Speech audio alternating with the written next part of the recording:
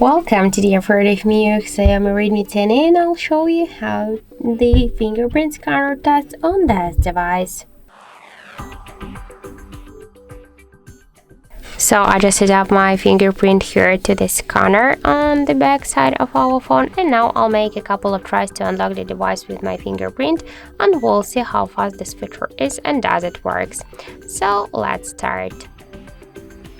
1, 2, 3, 4, 5. So as you can see, that's just works correct and fast.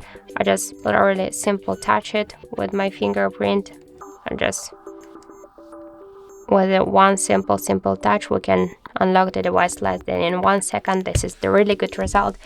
I just want to suggest you this unlock method, but don't forget that the fingerprint is less secure than passcode or pin code unlock methods. So that's it. Thank you for watching, and if you find this video helpful, don't forget to leave a like, comment and to subscribe our channel.